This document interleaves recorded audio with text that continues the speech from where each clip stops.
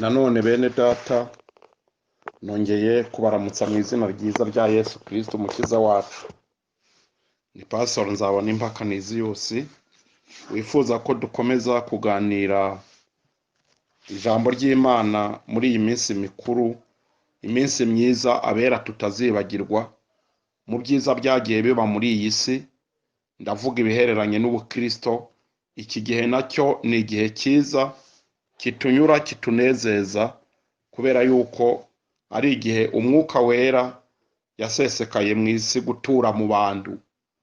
Nk'uko twabivuze rero mu isomo ribanziriza iri ngiri, ariko intego dufite n'imwe, ni akamaro k'umwuka wera mu buzima bw'abizera. Twavuze rero uburyo umwuka wera yagiye yigaragaza mu bihe bitandukanye mu mibereho ya muntu, uhereye mu isezerano rya kera ndetse no muri iki gihe cyacu cy'isezerano rishya. Twabonye amagambo menshi umwami Yesu Kristo yagiye avuga ku byerekeranye n'isezerano ry'umwuka wera. Tubona uburyo ki yavuze uburyo butatu umwuka wera akorana n'abantu: kuba ku muntu, kubana n'abantu no kuba mu bantu. Mu isomo ritambutse twavuze ko umwuka wera yajyaga aza ku muntu akamukoresha icyo akwiriye kumukoresha, yamutindaho cyangwa atamutindaho, ariko ntiyabaga amurimo. Kandi twabonye uko yabanye n'abantu mu matsinda yabo, akabakoresha iby'ubutwari n'intumwa za Yesu Kristo ndetse n'abigishwa be, uburyo bagiye bakorana n'umwuka wera abana nabo. Ariko kubatizwa mu mwuka wera ngo akorere muri bo bagire ubundi butwari n'izindi mbaraga zibatuyemo byari bitaraza, kuko bari batarakabatizwa mu mwuka wera.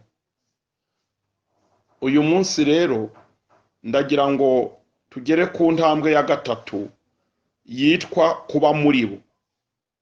Ibyo byose byavuzwe na Yesu Kristo. Mwebwe ngo umwuka wera muramuzi kuko abana namwe ndetse azaba muri mwe.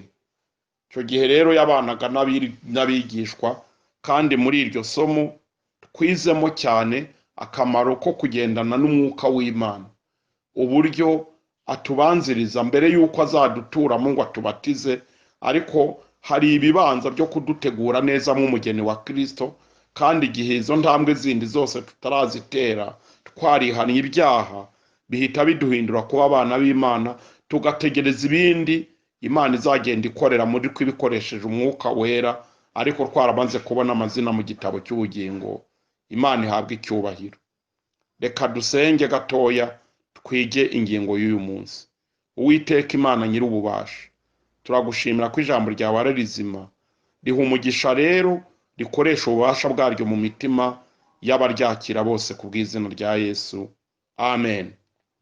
Turasoma mu byakozwe n'intumwa, ibyakozwe n'intumwa igice cya kabiri. Igice cya kabiri cy'ibyakozwe n'intumwa turasoma duhereye ku murongo wa mbere. Turasoma amagambo agira ati: umunsi wa Pantekote usohoye, bose bari bari hamwe mu mwanya umwe, bahuje umutima. Nuko umuriro ubatungura uvuye mu ijuru, umeze nk'uw'umuyaga uhuha cyane, ukwira inzu bari bicayemo. Haboneka indimi zigabanije zisa n'umuriro, ururimi rujya ku muntu wese wo muri bo. Bose buzuzwa umwuka wera, batangira kuvuga izindi ndimi nk'uko umwuka yabahaye kuzivuga. Muri Yerusalemu habaga abayuda b'abaturage b'abanyedini, bari baraturutse mu mahanga yose ari munsi y'ijuru. Uwo muriro ubaye, abantu benshi baraterana, baratangazwa nuko umuntu wese yumvise ba bandi bavuga ururimi rw'iwabo. Barumirwa bose, baratangara bati, mbese aba bavuga si abanyegalilaya? ku murongo wa 12 bose barumirwa bibayobeye barabanegura bati mbese ibi ni ibiki? Barabazanya bati mbese ibi ni ibiki? Abandi barabanegura bati basinze ihira. Dusome no muri Mariko igice cya 16, Mariko igice cya 16 guhera ku murongo wa 16. Uwizera akabatizwa azakizwa, ariko utizera azacirwaho iteka. Kandi ibimenyetso bizagumana n'abizera ngibi: bazirukana abadayimoni mu izina ryanjye, bazavuga indimi nshya, bazafata inzoka, kandi nibanywa ikintu cyica ntacyo kizabatwara na hato, bazarambika ibiganza ku barwayi bakire. Nuko umwami Yesu amaze kuvuga ayo magambo, ajyanwa mu ijuru, yicara iburyo bw'Imana. Abo barasohoka bigisha hose, umwami Yesu ari kumwe nabo abafasha, akomeresha ijambo rye, ibimenyetso byagendanaga naryo. Amina. Nashatse gusoma iyi mirongo yose, ariko cyane ngira ngo tugere ku uyu murongo turangirijeho, uburyo bwo kugendana na Yesu kandi yasubiye mu ijuru bamureba, ariko kubw'umwuka wera akajya agendana nabo, afite umukoro yihaye wo kugenda akomeresha ijambo rye, ibimenyetso byagendanaga naryo biriherekeje. Uko niko gukorana n'Imana neza, uko niko gukorana na Yesu Kristo neza. Ni n'icyifuzo dufite nk'itorero ry'Imana, nubwo dushobora kuzabivugaho mu musozo w'iki cyigisho, ariko ni icyifuzo gikomeye kubaho abantu bari kugenda bonyine, birwaje imifuka n'ibitabo gusa, birwaje Bibiliya n'amadiplome n'amadogitora n'amalisanse en théologie. Ibyo ngibyo akaba ari byo bagendana ngo bagiye gukorera Imana. Ntabwo bihagije ngo bituma abantu bamenya Imana neza. Twabayeho mu buzima bw'ubuyobe no kutamenya Imana, kandi turi mu madini. Ntibibuze umuntu gukora ibyangwa n'Imana, ntibibuze yewe n'abamwigisha nabo gufatanya nawe gukora ibidashimwa n'Imana. Ariko umwuka wera aje mu itorero, ahishura ibihishwe, ahesha abantu ubuzima bwiza bw'umwuka no kumenya neza iby'Imana ishima n'ibyo yanga. Kugendana n'umwuka wera w'Imana bituma Yesu nubwo yasubiye mu ijuru akomeza gukorana n'abizera abikoresheje umwuka wera. Imana ishimwe, kandi twinginge umwuka wera kuba muri twe.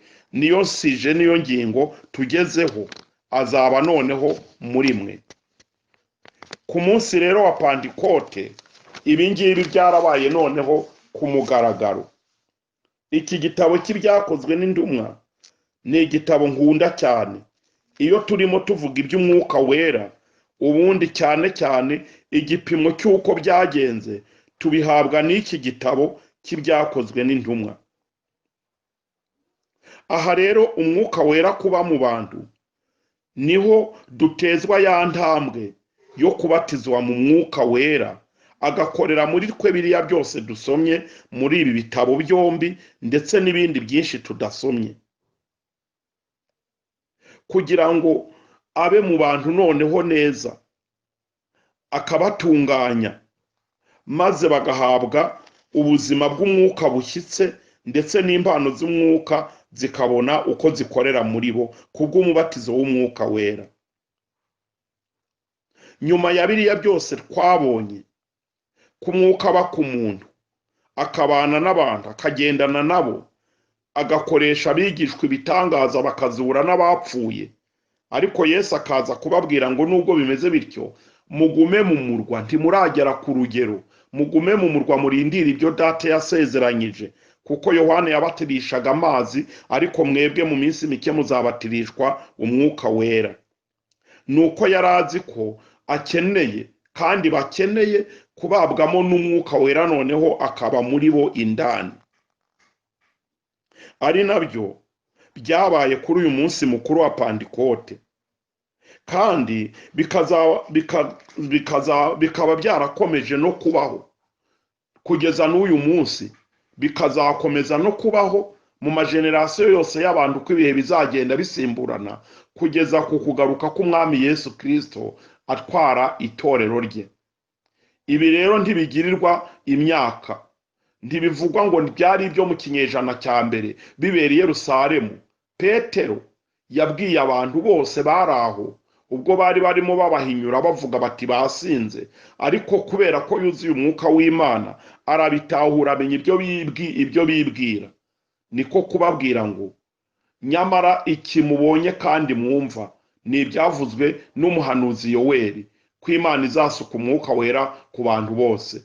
Byageze aho agira ubushizi bw'ubwoba n'ubushizi bw'amanga, ababwira yeruye ko Yesu Kristo umwana w'Imana ari we ukoze icyo gitangaza.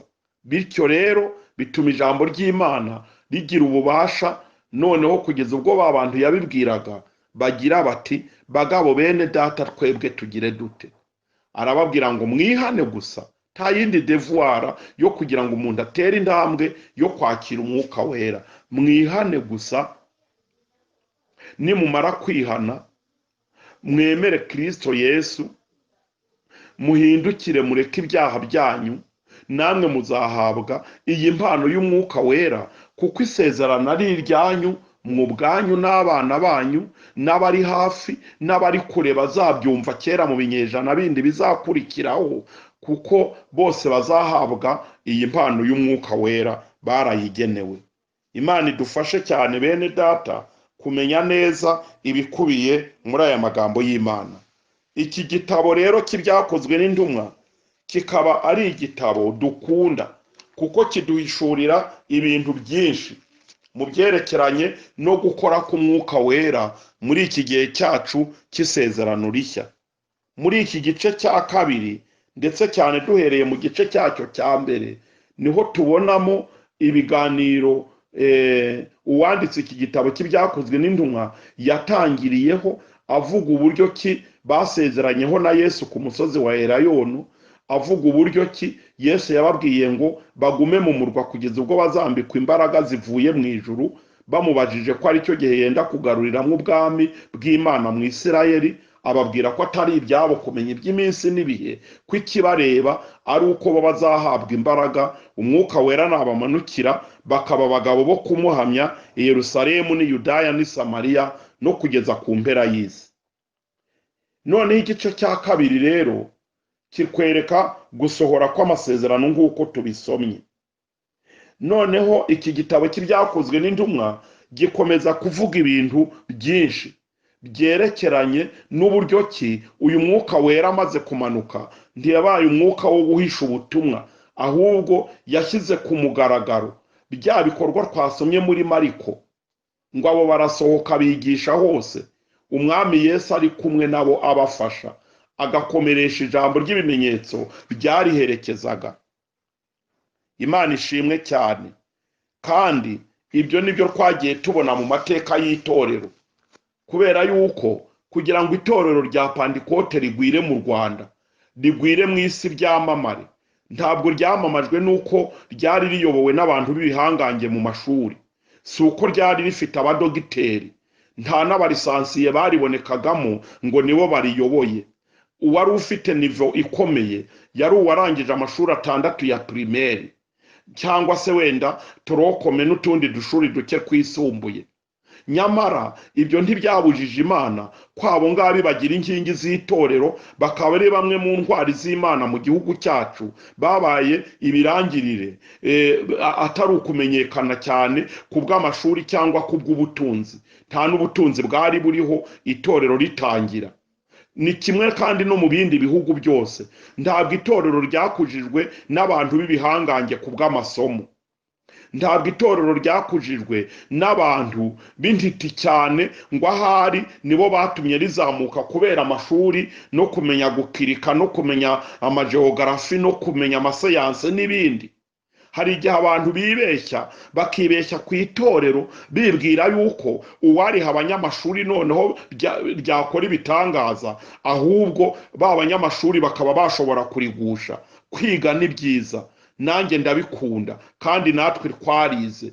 Turashimira Imana rero ko twize ariko twabanje kwigishwa n'umwuka wera. Umwuka wera uhamagara abantu, abo yahamagaye bagakura itorero ku muntu umwe bakarigeza kuri miliyoni zingahe. Mu by'ukuri ibyo ngibyo bitwereka neza yuko Imana itoranya abantu itarobanuye ku butoni, kandi iyo abantu batoranyijwe n'Imana ari ibahamagaye igendana nabo, igakorana nabo, yaba ikoreye mu bana batoya b'abakobwa cyangwa b'abahungu, yaba ikoreye mu bakecuru, yaba ikoreye mu basaza, yaba ikoreye mu bize cyangwa mu batarize, yaba ikoreye mu bakire cyangwa mu bakene. Aho Imana ishatse gukorera ntituyigira inama ngo ya mwami ikora gutya ngo niho urabe ubigenje neza. Essentiel, ikizima ni ukwemera kugendana n'umwuka wera. Njye ubwanjye urimo mbigisha niboneye n'amaso yanjye umwuka wera akorana n'abantu ibitangaza, bigatuma abantu bazinukwa amatorero yabo cyangwa amadini yabo babonaga harimo ikintu cy'ubuyobe, maze bakavuga bati aho Imana yigaragariza bene aka kageni niho Imana iri. Ibyo bigatuma rero rimwe na rimwe abantu bacomoka mu madini yabo bakajya mu yandi. Ibyo sindi kubivugira koshya abantu ngo bakomeze bagire uruzerero rwo kuva mu madini bajya mu yandi, ahubwo ndashishikariza bene data babigisha mu madini atandukanye kujya babwira abantu ukuri kose kwa Bibiliya, ukuri k'umwuka wera, ibihamya by'umwuka wera. Ntihakagire uhirahira ngo abwire abayoboke be kugira ngo bakunde bakomere bamugumeho, ngo abahimbire umwuka wera w'umuhimbano. Biragatsindwa n'Imana. Icyo cyaha wazakibazwa hakurya y'urupfu, kandi cyakubuza ubugingo ugiye kwishyira mu mwanya w'Imana ukabwira abantu ibitari byo. Namwe kandi bakristo bene data muri mu matorero atandukanye mushobora kumva no kwakira ijambo ry'Imana, mukwiriye kwemera mukomeje no guharira umwuka wera uruhare rwe mu buzima bw'abizera. Haleluya! Abo barasohoka bigisha umwami Yesu ari kumwe nabo. Dore rero biratangiye mu byakozwe n'intumwa. Bakiva ku musozi wa Erayonu baragenda barategereza iminsi 10. Ku munsi wa 10 umwuka wera aza muri bo binyuze muri ya bimenyetso n'ibitangaza twabonye. Kumva umuriri mwinshi cyane umeze nk'umuyaga uhuha, hakaboneka iyerekwa ry'indimi zigabanije zisa n'umuriro, ururimi rugenda guhanga ku muntu wese wo muri bo uko ari 120. Buzuzwa umwuka wera, batangira kuvuga mu ndimi nshya, barabaruka bavuga indimi nyinshi mu zivugirwa ku isi n'izindi zitavugirwa mu isi, kuko Pawulo mu ijambo ry'Imana twemerera ko mu mwuka wera dushobora kuvuga indimi z'abantu tukavuga n'iz'abamarayika. Reka ne gusimbuka ngo nihute cyane, wenda ngo ngere ku mpano z'umwuka wera, tubanze tuvugiye inararibonye ntagatifu y'abera Imana yashyize mu bizera bakuzura umwuka wera, none hakaba muri bo. Ari nawe wabahaye ishyirwa mu bikorwa ry'aya masezerano Yesu yatanze. Biramanuka rero kwava mu bice bibiri. Tubonyemo uburyo umwuka wera amanutse, tubonyemo ubushizi bw'amanga bwa Petero yerekana kandi asobanurira abayuda. Noneho rero kwinjira mu gice cya gatatu guhera ku murongo wa mbere, tukabona uburyo bitangiye kwigaragaza, uburyo ibimenyetso n'ibitangaza biherekeza ijambo ry'Imana kugira ngo n'abatemezwa n'iby'intumwa zivuga bemezwe n'imirimo babonye umwuka wera akorera muri zo. Petero na Yohana baba bahagurukije ikirema mu marembo y'urusengero ku irembo ryitwa ryiza. Ikirema cyahoraga kihaterekwa gisabiriza, noneho uwo munsi baragihagurutsa bati ifeza n'izahabu ntazo dufite, ariko icyo dufite turakiguha. Mu izina rya Yesu Kristo haguruka ugende. Haleluya! Uwo mwanya kirabandaduka, kirahaguruka, kinjirana nabo mu rusengero gihimbaza Imana. N'abari bari hanze y'urusengero banze kwinjira babisuzugura, babonye icyo kirema gihagurutse, nabo biroha mu rusengero bati karabaye karabaye, Imana igeze iwacu. Maze ubuntu bw'Imana buratangira bwigaragariza aho ngaho. Abatari kwemezwa n'amagambo ya Petero na bagenzi be bemejwe n'imirimo umwuka wera akoranye nabo.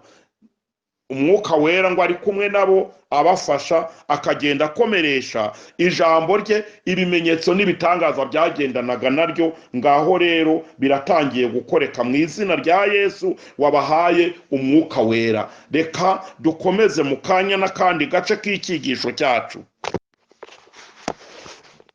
Amen. Dukomeze rero, turacyari kureba akamaro k'umwuka wera mu buzima bw'abizera. Noneho wagera mu gice cya 4 tubonamo uburyo umwuka wera yahaye intumwa ubushizi bw'amanga no gushira ubwoba, bagahamya ko Yesu Kristo ari umwana w'Imana, kandi bakabivugana imbaraga batitaye ku karengane bashobora kugirirwa n'abayuda. Maze kubera yuko uriya muntu amaze gukizwa, abantu benshi bakurikiye intumwa. Abanyedini n'abafarisayo n'abasadukayo n'abatambyi n'abigisha b'amategeko bagira ishyari. Bagize ishyari, bashaka gutoteza intumwa no kuzibwira yuko zidakwiriye gukomeza guhamya ibyo zihamya. Ariko umwami Yesu Kristo akomeza kubafasha. Petero na bagenzi be bavugana ubushizi bw'amanga yuko wa Yesu wapfuye ko yazutse. Ahangara kubwira abatambyi ngo uwo mwishe mukamubamba niwe ukoze iki gitangaza. Ntabwo ari twebwe duhagurukije ikirema, ni wa wundi mwishe mukamubamba. Kubwira abayuda icyo gihe ko ari bo bishe Yesu, bumvaga ari ipfunwe, kandi koko baramwishe. Ariko umukozi w'Imana arabihamya ibyo yatinyaga kuvuga cya gihe bafata Yesu ageze kwa Kayafa. Muzi ko yamwihakanye inshuro 3 mu ijoro rimwe. Ariko uwo munsi kubw'uyu mwuka wera uri muri bo, ahawe noneho ibimeze nk'urushinge rw'ikinya rwo gutinyuka urupfu, ariko agahamya ibyo yabonye kandi yizeye. Amen. Tangira guhamya ko Yesu ari umwana w'Imana. Bavandimwe, iyo umwuka wera tugezemo dutinyuka guhamya. Nutarya agatinyuka gusenga mu ruhame, umwuka wera aramubatura akamwigisha gusenga, akamuha n'izindi mpano zijyanye n'uko umuntu w'Imana yashoboye gukizwa. Noneho rero wagera mu gice cya 5 tukahabona ibindi bimenyetso n'ibitangaza byerekanye akamaro k'umwuka wera mu buzima bw'abizera. Muri iki gice cya 5 niho tubonamo inkuru ya Ananiya n'umugore we Safira. Muri kiriya gice cya 4 tuhabona ubumwe bw'itorero, uburyo abizeraga Imana bishyiraga hamwe bakagurisha imitungo yabo ndetse n'amasambu yabo, bakabizana mu kigega kimwe, bakajya bariraho, bakanyweraho, bakambariraho ngaho, mbega bari mu buzima bazi yuko bari buhite bajya mu ijuru muri iyo minsi. Kandi mwene ubwo bubyutse nyine bujya bubaho, abantu bakavuga bati muri periode runaka twanyuze mu bubyutse buteye gutya. Rimwe na rimwe ababirebera ku ruhande bataburimo bakabona ari nko kubura ubwenge, ariko bene bwo baburimwo baba bumva bari mu munyenga mutagatifu w'Imana. Amen. Noneho rero bishyira hamwe bati nta gutatana, isi ikomeza kuducunaguza, turajya dusengera hamwe, turire hamwe, buri wese azana ibyo afite. Umukire ufite byinshi abizana uko biri, umukene ufite ducya tuzana uko turi, ntihagire umuntu udukeneramwo hagati. Duhurize umutima hamwe, duhurize amafaranga yacu hamwe, duhurize ubutunzi bwacu hamwe. Barabikora, biranakoreka rwose. Ananiya rero arabareba ati aha hantu uriko hari ubuzima bwiza, aha hantu rwose kuhaba ntako bisa. Yagiye inama n'umugore we Safira bati tugurishe rero natwe dusange intumwa wana. Barya neza, barira hamwe, ari uwazanye byinshi n'uwazanye bikeya. Aka gasambu kacu gatoya ari twakagurisha yose, baragenda barunde hamwe n'abagiye bagurisha amahegitari yabo. Urumva rero ko harimo n'inyungu, kandi babonaga ko harimo inyungu. Ntibamaze kugurisha uwo mwanya baravuga batari ko tugira ubwenge, aya mafaranga reka dukureho quelque somme, dukureho umugabane runaka, tuwikubitireho umunyago ubundi tubaho igice gisigaye nta kibazo turwibikeho dawe ya nta wamenya iby'ubu hari igihe ejo byahinduka twarashiriwe burundu. Amafaranga barayajyanye ngo bayagezeyo bayashyiriye intumwa bati natwe nimutwandike mu ishyirahamwe ry'abakirisitu turumva dushaka kumaramaza ngo natwe tube muri ubu buzima. Umwuka w'Imana rero ntajya ahishwa, ntahishwa rwose. Petero aba yabibonye ari mu mwuka, aravuga ati ariko wa mugabo, ibi nibyo biguzi mwagurishije isambu yanyu ko abandi bagurisha bayazana yose, namwe mukamushimye kugurisha ibyanyu ngo muze muteranye n'abakire n'abakene, ibi nibyo biguzi mwagurishije? Arababwira ati rwose nibyo. Petero ati ubwo rero wihaye kubeshya umwuka w'Imana, iri torero dore n'iry'abanyamwuka ntirivogerwa. Erega amatorero y'ubu igituma ari kuvogerwa nuko ibikorwa bya mwuka wera bitakigaragara, ariko Imana iraje hafi aha ngaha igaragaza ukuri n'ibitari ukuri, kandi ibyo mbabwiye ni ukuri. Imana iraje hafi aha ngaha itendura ibintu, igaragaza ibinyakuri n'ibitari ibinyakuri, abakorera Imana n'abakorera ibindi bitari Imana bizagaragara. Ntabwo itorero rizakomeza kuba ingaruzwa muheto y'abadayimoni, ntabwo itorero abantu bazakomeza barikiniramo imikino uko bishakiye, ripfa kuba rikorana n'Imana neza. Ndavuga itorero ryose ryemera Kristo nk'umwami n'umucunguzi. Ibyo mubona aho iwanyu, ibyo mubona hirya no hino bigaragara nk'urujijo ku itorero, nyiraryo ntabwo yasinziriye, ntateze no kuritera umugongo. N'abisi ubwabo baravuga cyane abanyarwanda ngo aho wajisha igisabo ntuhatera ibuye. Ntabwo rero iki gisabo cy'umwuka wera kijishe mu itorero Imana yakwemera yuko abadayimoni bahateragura amabuye maze ngo itorero umubiri uryigarurira umwuka wera yirukanwe mu bantu. Oya, Petero rero aramubwira ati ubwo ubeshya umwuka wera ntabwo ari abantu beshya. Uwo mwanya aba yikubise hasi, ndavuga Ananiya aba arapfuye azize ikinyoma cyo kuza gushaka kwiba umudendezo w'abakristo no kurya ibyo kurya ataruhiye kugira ngo arebe yuko yabakuraho ibintu. Barahari abantu nk'abo bameze nka Ananiya batatu umudendezo wabera nk'uko Pawulo yabyandikiye itorero ry'Imana ry'Abagalatiya, na Yuda akabyandika mu rwandiko rwe ngo hariho bamwe muri mwe basaseye muri mwe rwihishwa bataranyuze mu irembo ryo kwihana neza. Ananiya nawe rero niko yaraje, ariko abarabizize arapfa. N'abameze nkawe bagiye gupfa, n'abameze nkawe nibatihana baracyapfa. Noneho uwo mwanya baragenda barakubira bajya kumuhamba. Nyuma y'amasaha 3 umugore warinjira atazi ibyabaye, azi ko bahawe ikaze mu ntumwa, aravuga ati nanjye ndaje. Karibu madamu, ibi biguze by'ibihumbi runaka barabimubwira nibyo mwagurishije sambu yanyu ngo muvange n'intumwa n'abandi bakirisitu murire hamwe twiturire hamwe. Rwose nibyo. Ati ubwo rero wihaye inama yo kubeshya nk'umugabo wawe, ngibye ibirenge by'abavuye kumuhamba nawe biraje bikujyana. Abarapfuye. Icyo mbikundira nuko byabereye ku Karubanda, ntibabikoreye iyo ngiyo mu Kayanza mu ibanga, babikoreye imbere en public, abantu bose babireba. Iyo seni inyura mu maso y'abantu, bituma igitinyiro cy'Imana gihera ko kigaragaza.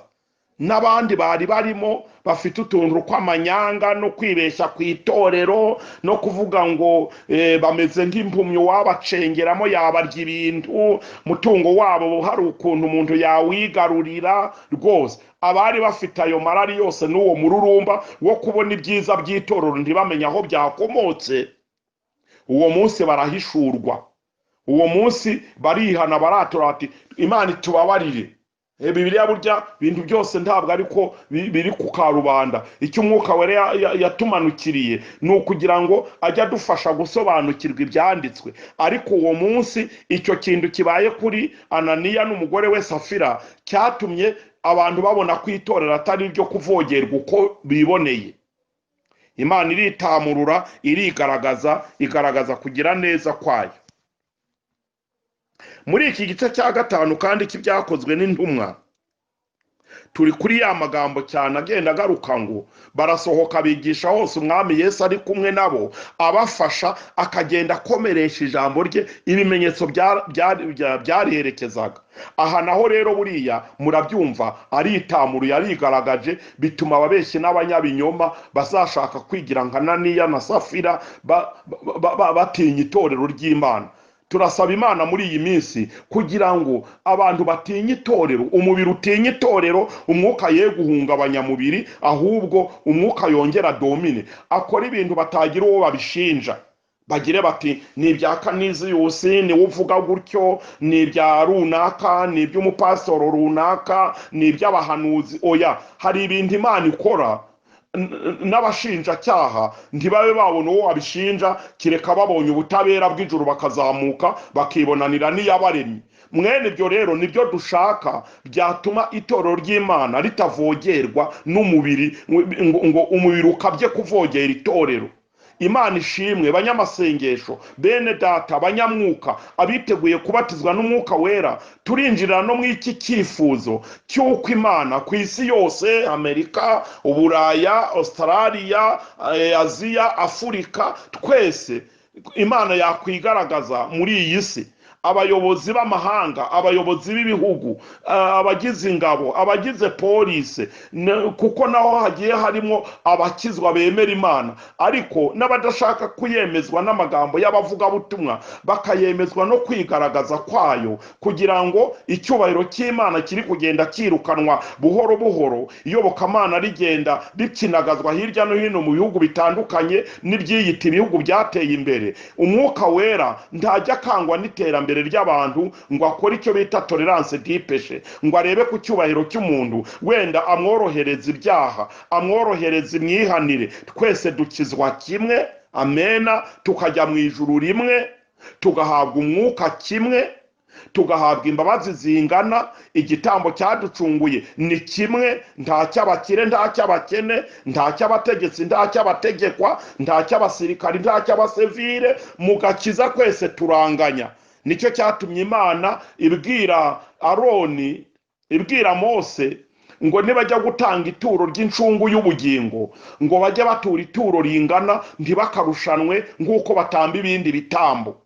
Ngo iryo turo ryo gucungura ubugingo cyangwa ryitwa ituro ry'incungu y'ubugingo, ngo abakire ntibakarenzeho bitwaje ubukire bwabo, ngo n'abakene ntibakagabanyeho bitwaje ubukene bwabo, ngo iryo turo rizabe ringana. Naho rwari urugero rw'igitambo kizima kimwe gusa cya Kristo kizadukiza kimwe, kigakiza abazungu kimwe n'abirabura, kigakiza Abisirayeli bo kwa Aburahamu kimwe n'abanyamahanga, kigakiza Abanyamerika kimwe n'Abanyafurika, kigakiza Abakongomani nk'Abanyarwanda, kigakiza ab'ibihugu biteye imbere n'ibikiri inyuma, byasigaye inyuma y'amajyambere, ariko iyo bigeze ku gakiza katugeraho kimwe, tukandikwa mu gitabo cy'ubugingo kimwe. Haleluya! Tukazabana n'Imana imwe, kandi tukazagororerwa Imana itarebye ku bari abakire ngo kuko aribo bakoze byinshi birebana n'amafaranga, n'uwari ufite udufaranga duke akadukiranukamo, n'uwagiye ufite menshi akayakiranukamo. Tukazahabwa umurage umwe w'ubugingo ubwo tuzaba dutabarukanye insinzi y'abera tugeze mu bwami bw'Imana. Hano rero turabona yuko ijambo ry'Imana ari rizima kandi rifite imbaraga zo gukiza abantu. Imana ni nziza rero. Tubonye yuko Ananiya na Safira bashoboye rwose gutuma Imana yigaragaza icyo gihe, abantu bakabona ko Imana idakinishwa kandi ko atari iyo kuvogerwa n'abantu bitwaje ibyo bitwaje ibyo ari byo byose. Imana ibaha umugisha bene data gukomeza kumva no gusobanukirwa neza icyo umwuka abwira amatorero. Iri ni ijambo ryera ry'Imana yaturemye kandi rirashobora kuvogerwa n'ubwenge bw'abantu. Muri iki gitabo cy'ibyakozwe n'intumwa ntabwo ari ibya Ananiya na Safira rero tubona mu byonyine nk'uko nari maze kubivuga, ahubwo tubonamo n'ubundi buryo bwo kwigaragaza kw'Imana. ni uburyo bwo gukiza abarwayi benshi kandi barwaye indwara zari zarananiranye mu mateka y'abavuzi. Tubisoma muri iki gice cya 5 ko byageze aho bazana abarwayi maze baba benshi, Petero n'izindi ntumwa bakabura uko babagezaho ibiganza bose ngo babarambikeho ibiganza. Baza kwigira inama bazanye abarwayi babo bati noneho mureke tujye tubatega ku nzira, intumwa nizitambuka zerekeza kuri hekaru, ibicucu byazo bikanyura mu bantu, igicucu cya Petero kikanyura ku bantu, turizera neza ko abo kizanyuraho kizaba kiza. Imana ni nziza. Uko kwizera ko abantu Imana yaragushyigikiye, ab'igicucu cy'intumwa kinyuzeho bakanduruka mu ngobyi bari bahetswemo bakitahira bati Imana iradukijije. Ibi rero ni ukwigaragaza kw'Imana. Murumva ko muri iki gihe intumwa zakurikirwaga n'abantu benshi, kandi ariko zigenda zibabwira ngo mwihane mwemere Yesu, kuko kurya kw'Imana ni ukwihana. Noneho rero bituma abayoboke bagenda biyongera umunsi ku wundi kubera ukwigaragaza kw'Imana ikoresheje umwuka wera wakoreraga mu ntumwa. Imana ihabwa icyubahiro. Ibyo rero nta handi byari byarabaye ngo igicucu cy'umuntu nikinyura ku wundi arwaye akire. Mwibuke ko umwami Yesu yari yaravuze ngo unyizera ngo imirimo nkora nawe azayikora, ngo ndetse azakora n'iyiruta. Imana burya ijya yubaka ku isezerano ryayo ikaricaho akarongo. Byari ngombwa kuko ntawe Yesu yigeze akirisha igicucu cye, ariko byari ngombwa ngo iri jambo naryo ayishyire mu bikorwa nyuma yo kumanuka k'umwuka wera ageze muri bo, yuko bakora n'igitangaza Yesu atakoze cyo gukirisha abantu ibicucu byabo. Amen. Ariko ibi byose twibuke ko ari Yesu Kristo uri kubikorera muri bo. Imana ishimwe. Bakijije n'abandi barwayi benshi, bakiza ibirema n'abacumbagira n'abanyunyutse, birukana barimo abadayimoni, kugira ngo na rya jambo ryo muri Mariko ngo ibimenyetso bizagumana n'abizera harimo no kuzirukana abadayimoni, harimo no kuzarumwa n'inzoka ntibagire icyo baba, harimo no kuzategwa uburozi bwabo buhuherano cyangwa ubutamikano ntibigire icyo bubatwara. Benshi barimo banyumva mu ijambo ry'Imana ndabatanga abahamya, harimo abagabo bo kubihamya. N'ubu nimubona akanya muzajye mutanga n'ubuhamya kuri izi mbuga, kugira ngo abantu bumve neza ko Imana atari yo mu kinyejana cya mbere na n'uyu munsi mu cya 20 n'icya 21 ibiganza bya Yesu biracyakora ibitangaza. Hari abantu barozwe ntibarogeka, cyangwa uburozi ntibwabafata, bunabafashe barabukira. Hari abatumwe imyuka mibi n'abakonikoni, byose bifata ubusa, uyu munsi wa none bakaba ari bazima. Hari abagiye bazingazingirwa iwabo ngo bazapfe badashatse, ariko uyu munsi bagiye mu gatimba barashaka, ni ba mama w'abana barabyaye baraheka, n'ibindi byinshi ntarondora. Reka tubiharire abanyabuhamya bazajye baduha ubuhamya. Nanjye nta mwanya mfite ngo ntange ubwanjye, ariko twabonye Imana bene data, icyubahiro kibi cyayo. Iki cyigisho cyacu ntabwo kirangiriye aha, turacyakomeza n'ibya Pantekote kugira ngo bitugirire umumaro, kandi dukomeze kuvuga ibyiza byose tubona muri aya magambo yera y'Imana. Amen.